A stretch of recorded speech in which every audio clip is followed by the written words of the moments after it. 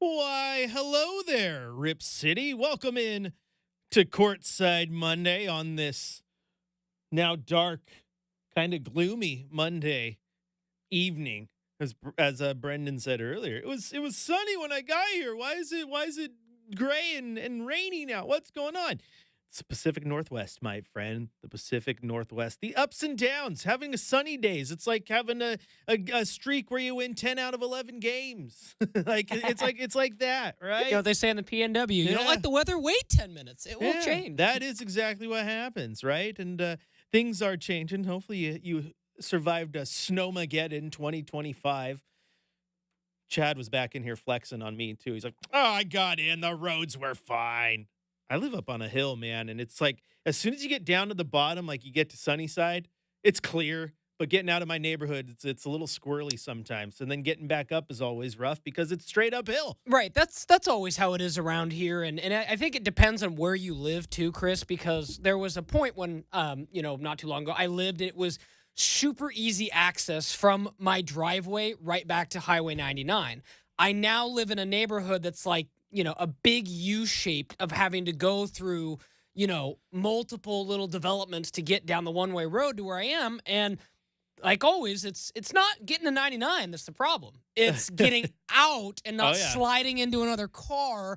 And for those of you who don't know, I got a great little Honda Civic, all the much it weighs. Yeah, and, the front wheel drive only gets you so far. And she stayed parked until we melted things off. So appreciate Michael Shacker for helping us out. But you see, it's smart, Brendan. You have to know your limitations. Not knowing your limitations is why you see cars on the side of the road when the snow is thawed. That's what that you got to know your limitations. And you know what?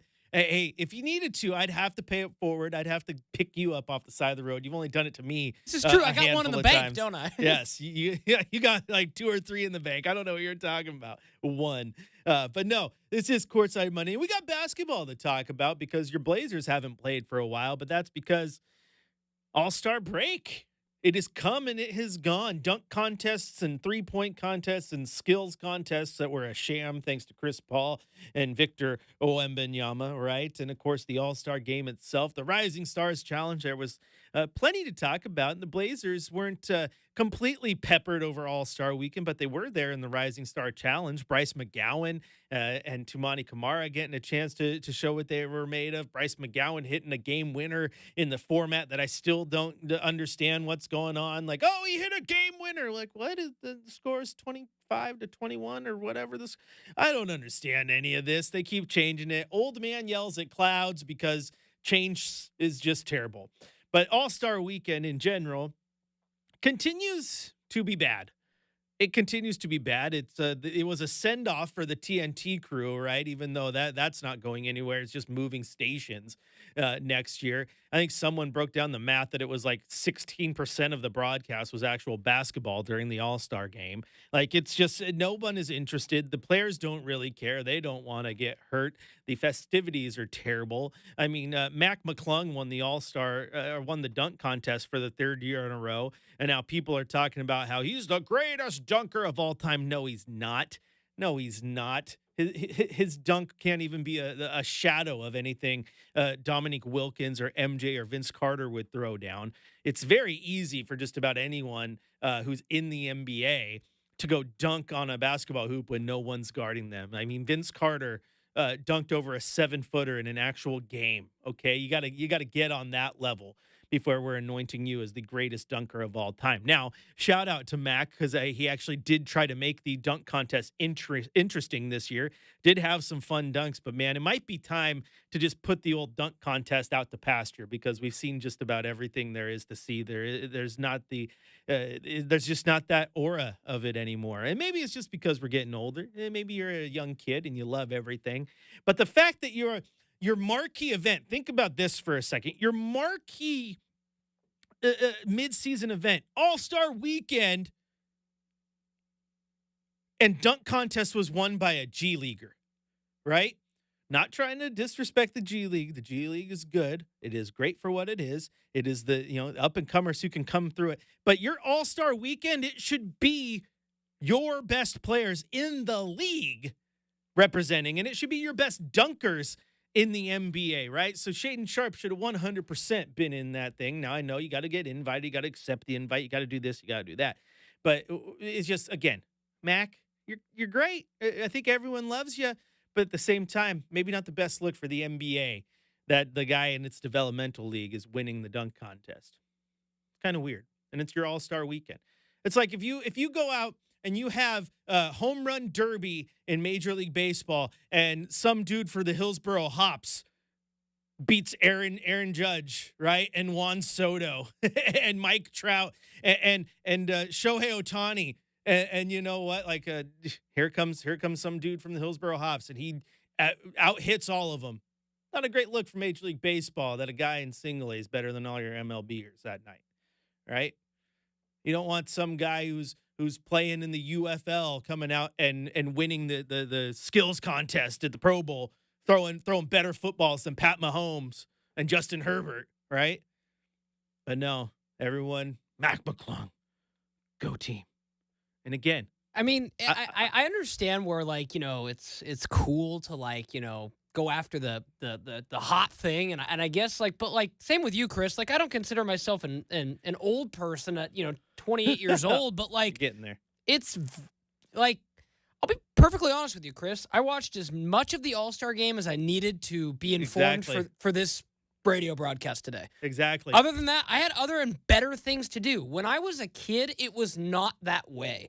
And even, I joked with you and Chad, like, maybe it's having something relatable to make it, more, because like the last time I had fun with a dunk contest was, I believe it was Matt McClung, Anthony Simons, and whoever, when, Simons did his little kiss the rim and won. And that was what? COVID year? That was 5 years ago, 4 years, maybe 5. Regardless. And, it's been how many since? And I'm like, couldn't even tell you who's won since Anthony Simons. Hey, it is wild. It is wild. And so again, I don't know. It's just sometimes it's just you try too hard to fix things. And it's like we hold a soft spot in our heart for the All-Star games of yesteryear, and they were broken too. But at some point, like you can only try to make the thing competitive so much before the obviously the players don't care that much. I mean, the All-Star game has always been a glorified exhibition game, and just lean into that a little bit. It doesn't have to be we're out here competing or competing and putting on the best show of all time. I mean, I remember T-Mac and MJ going dunk for dunk and Kobe going off, and it's like you just have fun with it. And it's just, make it worth it. But like sometimes you make a sham of it. Fans pay their hard-earned money to go watch you, and then you got Chris Paul and Victor Wembanyama just throwing balls out of a bucket to pretend like they were shots in the skills competition. It's like, okay, that's dumb. The dunk contest is what it is. The three-point contest has even lost its luster, and it used to be kind of fun. Like it's All-Star weekend. It's just weird, man. And so I think stop trying to fix it and just lean into what it is and understand that it's an exhibition. It's just to show off a little bit, man. I still contend, Brendan, that you're too young for this, but I still contend. Go to the MTV Rock and Jock format, go in and have 50-foot rims that are worth 20 points, and they had spots on the floor where you could shoot it and it was worth 10, and half court shots are worth an extra amount of points. Like just again, you have some fun, you lean into it, you do something. Travis says, really wish you could see Scoot in the All-Star game. Yeah, that would have been nice, but hey, I'll take the health of the ankle over that. Three-point contest could have been interesting. Could have been. But everything fell apart too. You didn't even get a redo of Sabrina and Steph, and Caitlin Clark was going to be in, but then she backed down. She's like, oh, if I'm going to do a three-point contest, I want to do it in the WNBA All-Star game. And it's just okay. Okay, that's cool too. Like, I get it. But even then, like you want to why do you want to have Caitlin Clark in there? Why? You know the answer, because she's as popular as all can be. So you want to bring another product in there to get eyeballs because you can't do it yourself with your own NBA talent, which is just weird. Oh, also, here's another joke of that. Everyone else, how come everyone else was scratched from the All-Star game if they got hurt, Brendan?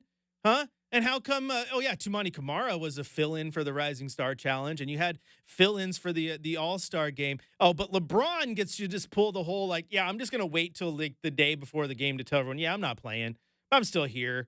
Like, That's just Braun. no, back I mean, out. Give it to someone else who wants to play and show off a little bit. Do your things, man. let me put it this way. I don't agree, and I'm not condoning it at all, Chris. But when that Yeah, you are. when that headline came out, it was the least surprising. I was like, Right? oh, okay, LeBron make it about himself, even at an All-Star weekend. So, Right. it is what it is. But when he's like, well, we have a playoff push in the West. I really just wanted to play.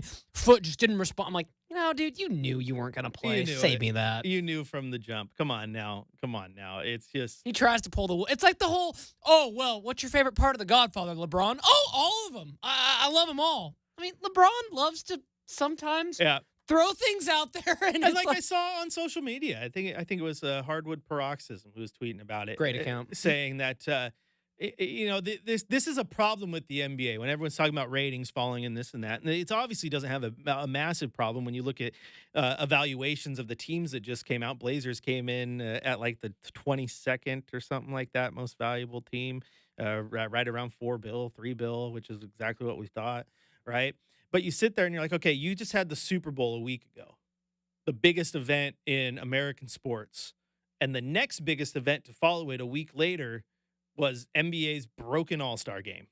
You put all the eyes back on you. Baseball hasn't really started yet because pitchers and catchers and spring training and all that, right? And NFL's done. All eyes can be on the NBA, and that's the product you roll out. That's not good. Like if you have all eyes on you and you're trying to catch that side, the fan who's, well, am I into the NBA or not? I don't know if Mac McClung was the way to do it. That's all I'm saying. And again, I'm not trying to disrespect Mac. He's phenomenal. He's phenomenal. Good on him for going out there and putting on a show and winning the bad boy for 3 years in a row now. But when a guy who cannot scratch a rotation in your league is winning your dunk contest every year, weird little look, Brendan. That's all I'm saying. So he's just casually won the dunk. I apologize if I missed that. So he's just casually won the dunk contest every year since Anthony Simons won it? No, Obi Toppin won in 2022. Got you. And then Mac McClung has won 3 years in a row. Wow. Twice. Okay. Maybe Twice. that's why people are bored with it. Yeah. No offense, because Matt, again, like Chris said, Matt McClung, fine player, but it's way different than it's like, oh, Dominique won it 3 years in a row. Yeah. Jordan won it 3 years in a row. And I don't know if that happened. I'm just speaking. And you had like dunk rivalries that were fun too. So like the Dwight Howard, Nate Robinson little back and forth. Yeah, that was fun. Yeah. Crypto Nate, right? Like that was fun, right? You had oh gosh, excuse me, Zach LaVine won. You had Blake Griffin in there. You had some names, right? Jason Richardson put on a great show. Obviously, Vince Carter in 2000. Yeah, that was great, and that was just a little bit of the juice the dunk contest needed. But you've also had some clunkers in there as well. And I just think over the last few years, it just got a little bit worse and worse and worse. And it's hard to dunk and do something innovative, right? You've seen so many of them. Like even Max dunk over the car, right? Oh, he dunked over the car. Yeah. Blake Griffin did it. Simpsons did it. And again, no like that's the disrespect hard part. to Mac, but Mac, you're not Blake Griffin when he's jumping over a Kia. Like that was Right? that was really, really cool. And it's like Travis says, you know what CP3 and Victor did in the skills contest too. Like they Totally. they skirted the rules, but that wasn't, what it was about. Like I get the competitiveness in there and it was the rule. Yeah, but again, as people are pointing out, if you're putting all eyes on you for the one weekend, all these people, especially like it's good timing too. The NFL is done, so now all sports eyes are watching you, and then you get air quotes controversies and just nonsense of everything not being the way it should. That's the tough part. And then of course, Scoot didn't play, so Blazer fans lost a little bit of interest there. But at least Bryce and Tumani got in, which is pretty nice. And like I said, Bryce put on a show, but it just that's cool. I get it. That part's cool. There's a lot of parts about it that I don't get though. We're going to have a little 4-team tournament, and we're going to do this, and we're going to do that, and it's like the play-in tournament, man. There's so many rules to the thing. Like I just want to watch All-Star Weekend. I don't care if the final score is 160 to 150, and 40-year-old Michael Jordan was dunking the ball. That's what I'm here for. That's what I like. Just don't try to outthink the room here. I don't need the NBA Finals or the World Series or the Super Bowl in my All-Star Weekend. I just need to see the stars doing star things. Well, and here's the other thing. It can be done, Chris, because they made the Pro Bowl fun again. The Pro Bowl about 6-7 years ago was at this point where it's like, why do we really care about the Pro Bowl? No, Team Eli, Team Peyton. It's Yeah, something, right? the Pro Bowl is also harder too because it's football, man. Right. The way injuries are in that game, it's hard to go full bore all the And they're time without putting in anything an on the line. effort, though. But they're trying. That's the They're NFL trying. machine. And at least when they have like the quarterback skill competitions, those guys are going at it trying to win like, that thing, when and they it's fun. Yeah, I had And fun it's watching fun. that. So bring the fun back, We man. will. Speaking of bringing the fun back, we're going to bring the fun here when we come back from break because Brandon Goldner of the We Like the Blazers podcast, he's a well-known name around NBA or Blazer fan circles, right? Hosting podcasts and active on the socials. And in my attempt to continue to give back, we've had a nice long list of local podcasts hosts on, so we're bringing on another one. Brandon Goldner of the We Like the Blazers podcast joins us after the break right here on your home of the Blazers, Rip City Radio 620.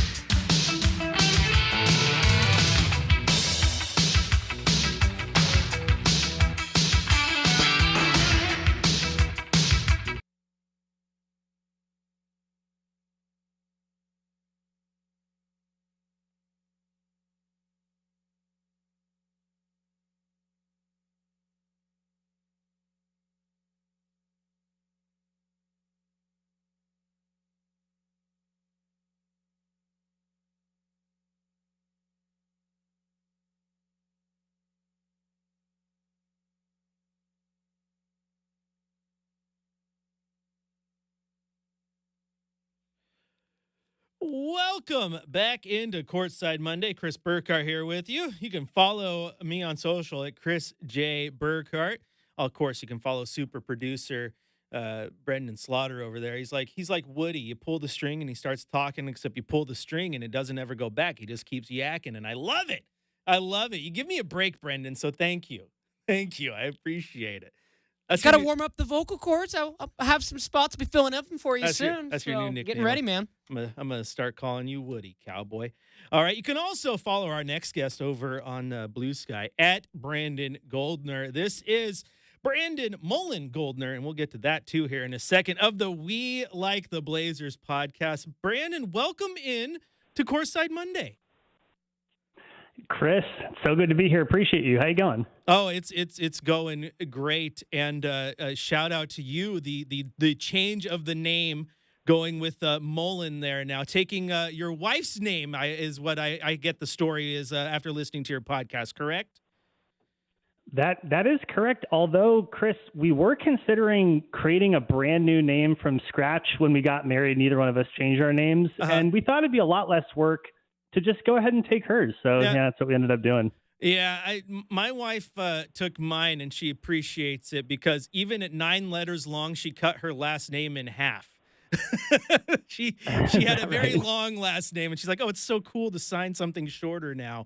But no, kudos to you. Glad, hopefully, you and the wife, everything's going great and having a happy time over there on the East Coast. Because before I get to basketball, I got to ask you, when are you going to move to Europe? Because I feel like Portugal or Spain should be on the docket now that you've got West Coast, East Coast, New Zealand for a little bit. Like, you are a world traveler, Brandon.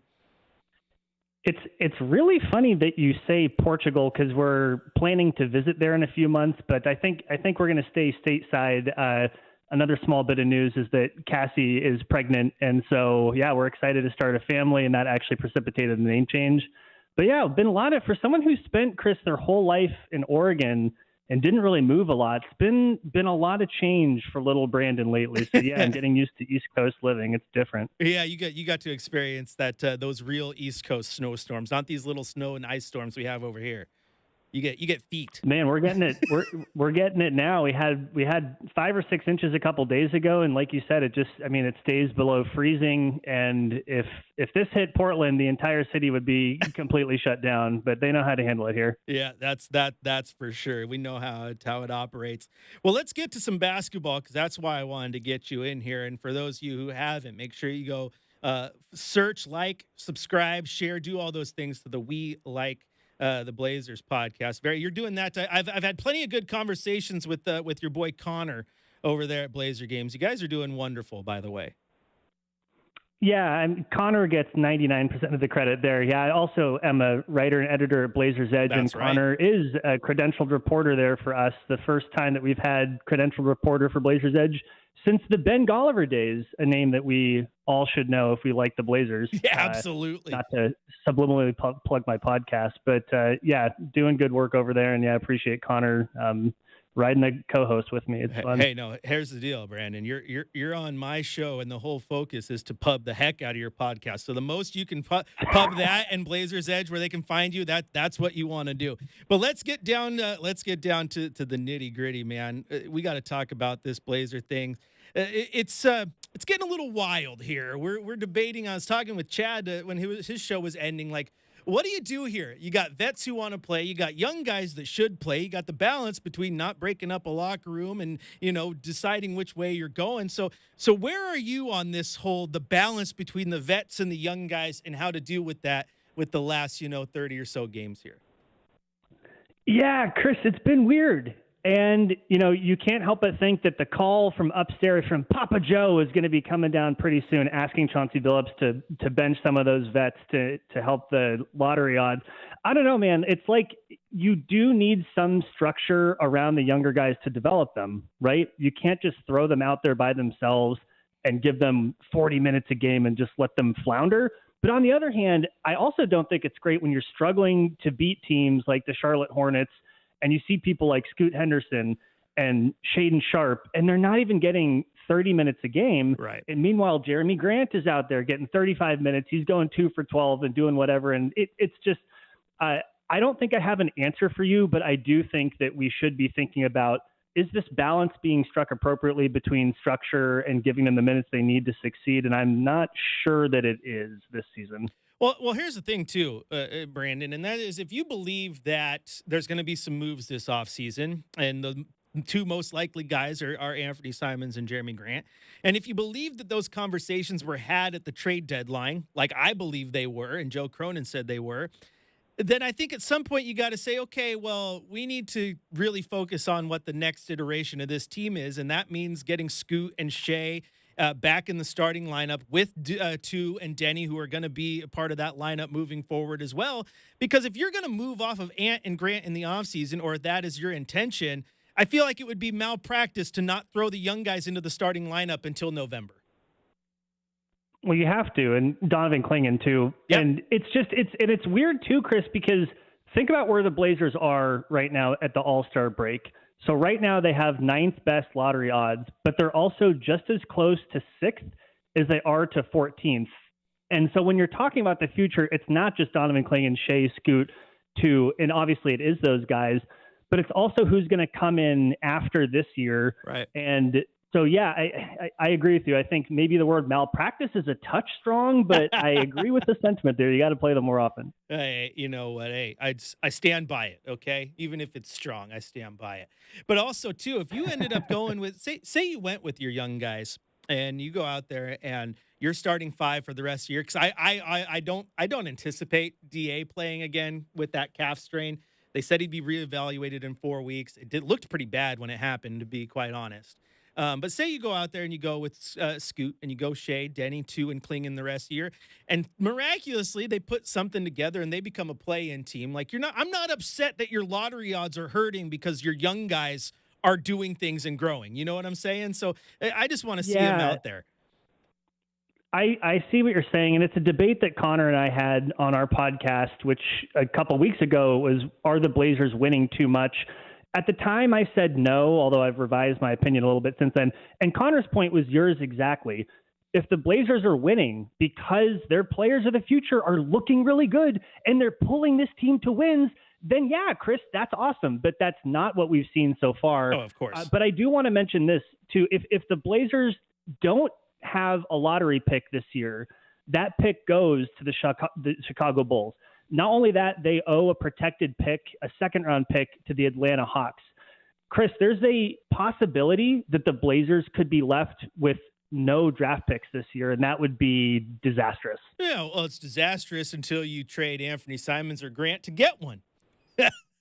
Well, wait a minute. Can I just a quick thing on Anthony Simons, though? He's only got another year left on his contract after this year. So if you had traded him at the deadline, the team who gets him is going to get 2 playoff runs from him. Now they're only going to get 1. Right. I do think that complicates the calculus on his trade value. Jeremy Grant is something else. Obviously, the trade market league-wide is a little bit squiggly right now, and Jeremy Grant's done himself no favors. Maybe he could play his way into rebuilding his value a little bit. But I don't know. I'm feeling kind of weird about the Simons thing because he's only got a year left. Yeah, and I mean, we'll see, right? I mean, I think this deadline proved that if we know anything, we know nothing.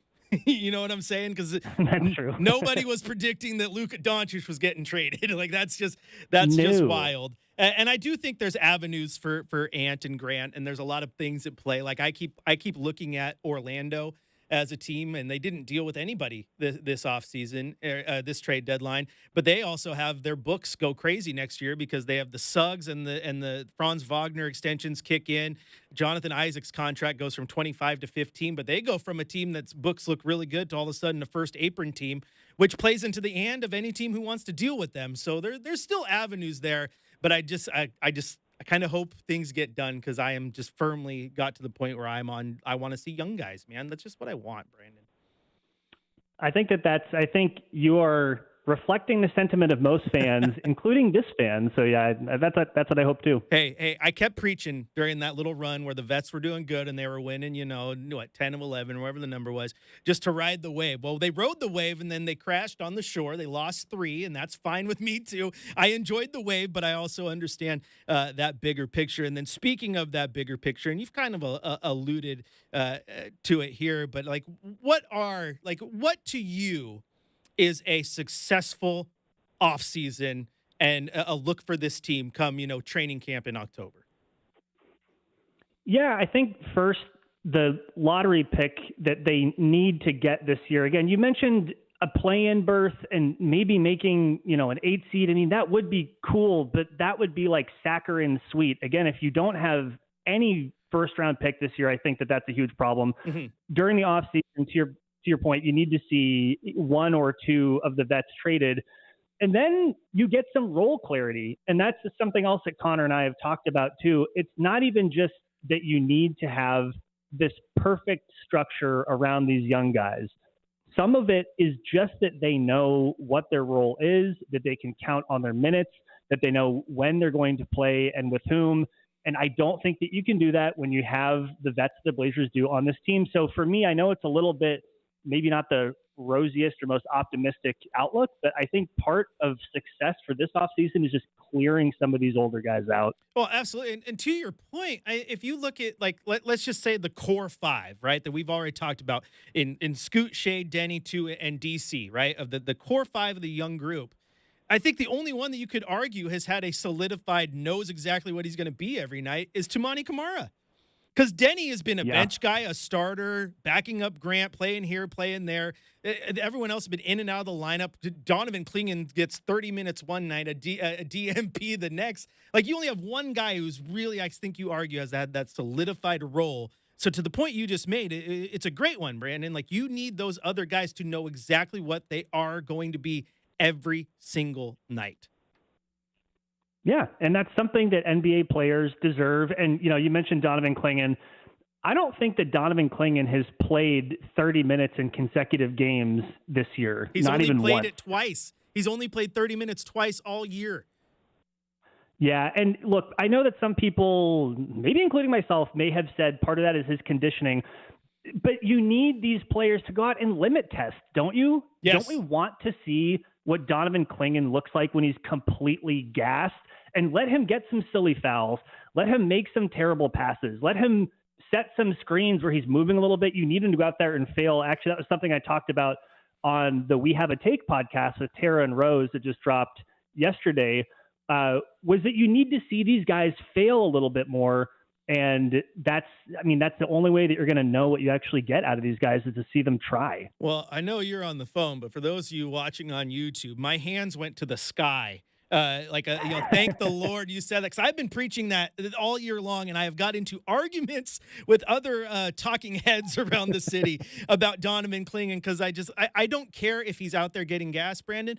I don't care if he's making mistake after mistake after mistake. Oh, well, he can't defend the perimeter, and that team went small. I don't care. If he wants to be in this league for 15 years, he's going to have to learn those things, right? I want to see him make those mistakes to learn from them. He did it in Denver, right? There was a great play where Denver set up a double pick. Toumani Camara, he dropped coverage, right? And instead of hedging, Donovan Clingan dropped 2. Double drop, left Jamal Murray wide open for a 3. Lamar Hurd broke it down on the broadcast, and it was that's a learning experience. He's going to learn from that mistake because he was on the floor to make it. 100%. And also, by the way, speaking of that Denver game, I do think it says something, and maybe you can't extrapolate some important deep insight from this, but I think it says something that Donovan Clingan's, some of the best games he's played were 2 games against the best center in the league. I think that that's really cool and very important and something that hopefully he can build off of. But yeah, let him make some mistakes. Isn't that what being a rookie's about? No, absolutely. That's what it's about. Also, that Denver game where he goes out there and gets 17 points, 20 rebounds, plays 30 minutes at elevation. Tell me again how bad his conditioning is. Yeah, it's funny too, because it's not like you need Donovan Clingan to be sprinting around. It's okay. I mean, he's kind of a lumbering guy. The dude's 7'2", 280. Yes. That's okay. let him lumber around. There's nothing wrong with that. No, it's there's pretty much only one 7-footer who doesn't lumber, and his name's Victor Wembanyama. Okay, like Yeah. and a healthy Kristaps Porzingis. Everyone else, they're all lumbering.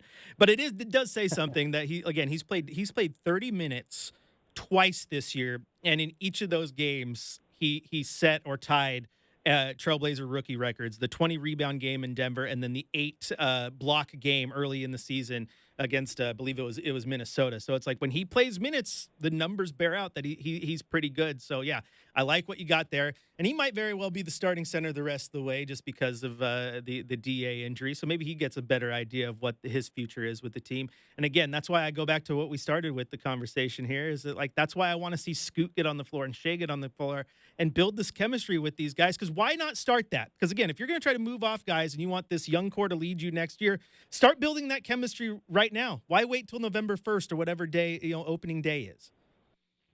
Yeah, 100%. And by the way, you mentioned DeAndre Ayton. I do want to give him his flowers. DeAndre Ayton was playing some really, really good basketball. I don't think that it's nothing that he was in consideration for NBA Player of the Week not too long ago. So if we don't see DeAndre Ayton again this year, just want to give him a shout out because he was playing great. Yeah. But yeah, I'm with you. I think it does, like him not playing opens it up for Klingon, and that's really what we want to be seeing. Yep, that's what you want to see, and we'll see what the future is for DA because maybe there is a future. He's still young, and you need 2 centers in this league, and you got 3 of them right now. We'll see where they go.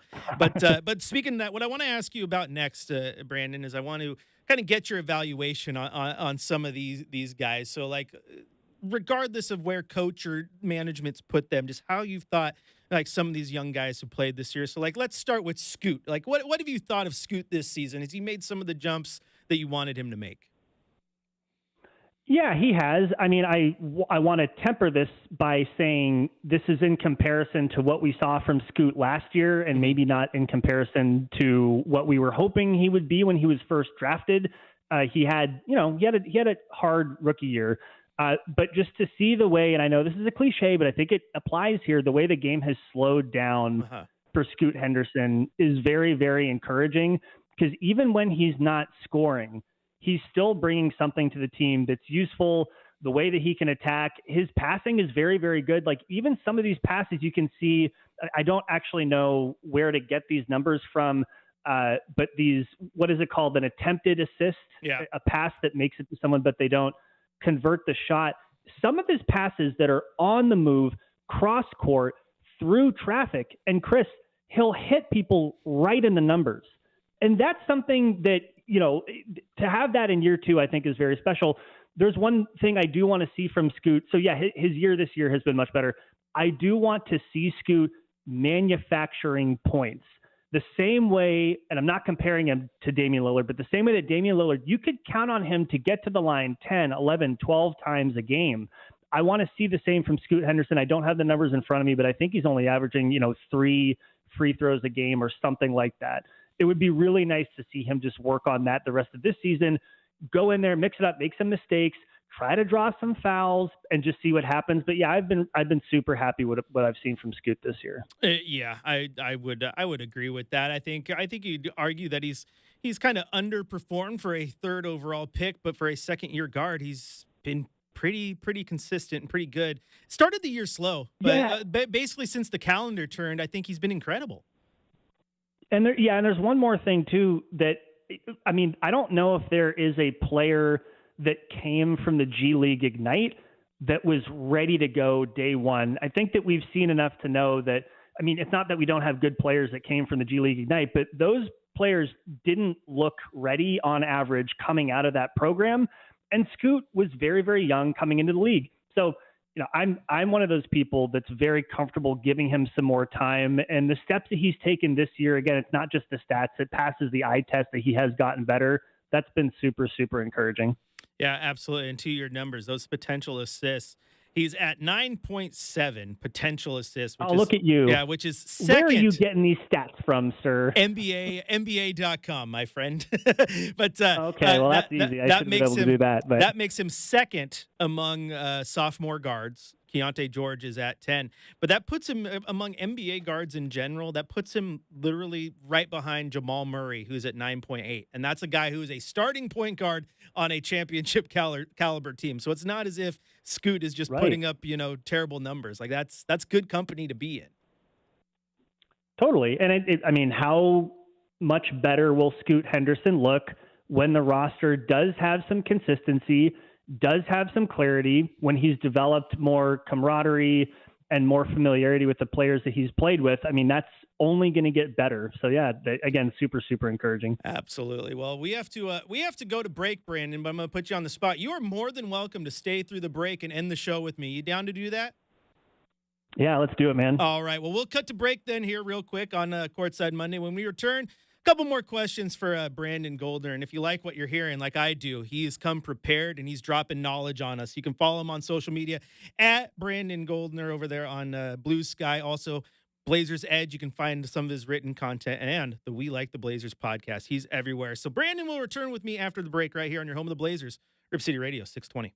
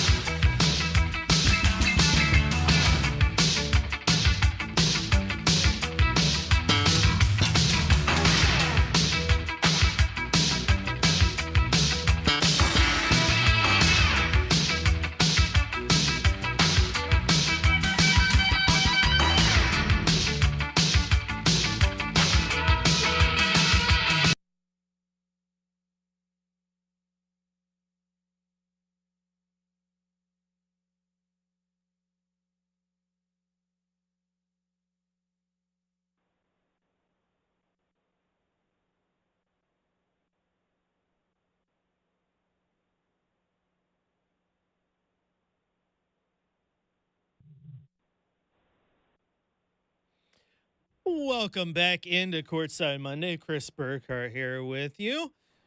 Joined here once again by my guest today, Brandon Mullen Goldner. You can follow him on social at Brandon Goldner, excuse me. And of course, over there writing on Blazers Edge and the We Like the Blazers podcast. And Brandon, let's just dive back into it, man, because I think pretty much everyone knows exactly what everyone feels about Tumani and Denny. Amazing. So I don't need to dive in there, but I do think there's a player that's been a little bit polarizing, and some people not sold on him. Some people still like him. So I want to get your take, just like we did with Scoot, but on old Shaden Sharp.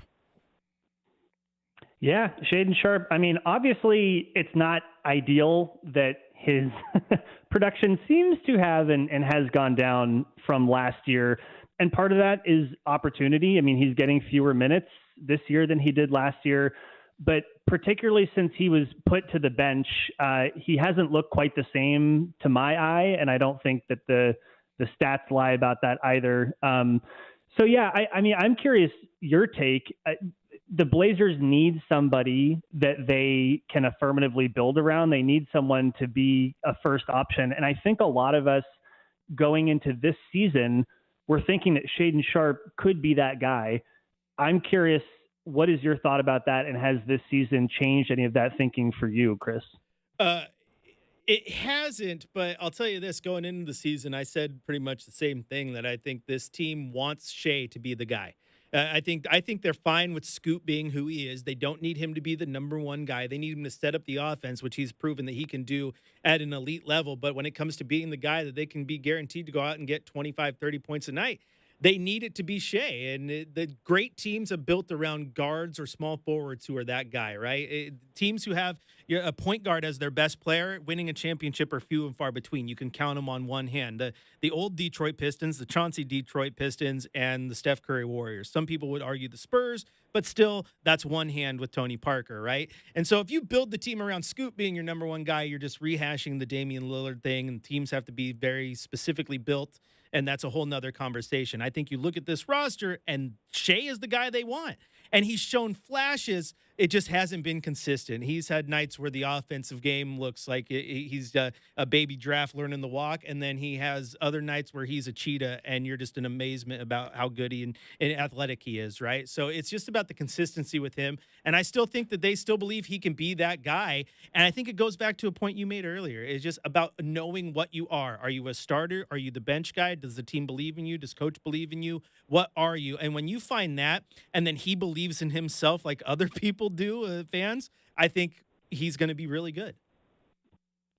Yeah, and part of this Shaden Sharp thing, it's hard to separate Shaden Sharp, the player, from the ecosystem he's playing in. Mm-hmm. So again, when we talk about opportunity, Shaden Sharp was sent to the bench in the middle of last month, and over the last 12 games, he's only averaging 26 minutes a game, and that is not enough to really know whether or not he can do what you want him to do if you want him to be a first option. And look, some of this is just Shaden Sharp, his personality. He's pretty laid back. Yeah. He's not somebody who, emotes very strongly. And, there was some criticism even before he was drafted that maybe he would even be too laid back. And so I get that some of this is him, but I can't help, Chris, but going back to, if you think as a franchise that Shaden Sharp has the possibility of being that guy, he has to get more than 26 minutes a game. That's where I settle on it. No, absolutely. It just goes similar like what we say with DC. You got to put him out there.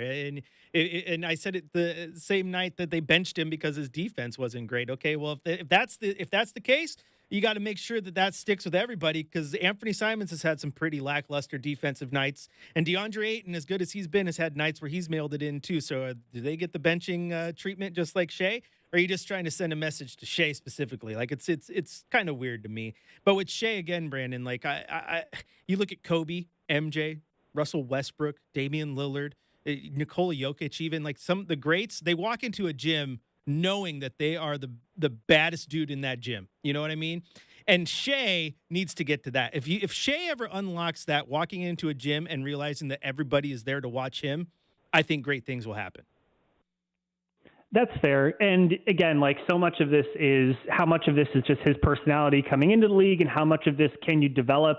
I mean, I've thought a lot and talked a lot on different podcasts, my own and being a guest on others, about the mental fortitude, the mental stamina, the resilience that you need as an NBA player, and how much of it, yes, is like you have these people who are like freak athletes, but to your point, can somebody develop that part of themselves as an athlete, as a competitor?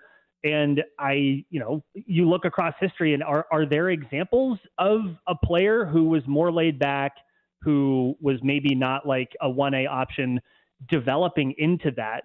And I can't think of any off the top of my head. So again, I'm not trying to be too Debbie Downer on it, but that thought does come to mind. No, it absolutely does for sure. Well, we got about roughly 60 seconds before we're out of here. So we got to give you one last chance. Where can everybody find you? All your content, pub the heck out of Brandon Mullen Goldner. Go.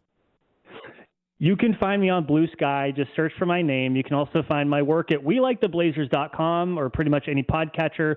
Then you can also find my written work over at blazersedge.com. And that's pretty much it. And Chris, I really appreciate having me on and for being so effused with the pub of my stuff yourself. So thanks, man. You've always been there for me and have helped, give me a leg up in this stuff. And I really appreciate it. And thank you. No, man. Hey, the door's always open for you. I appreciate you taking the time. And yeah, once again, blazersedge.com. You can find him there. Brandon Goldner on Blue Sky and the We Like the Blazers podcast. But the music's on. That means it is time to go, my friends. You'll hear from me again, though, on Thursday.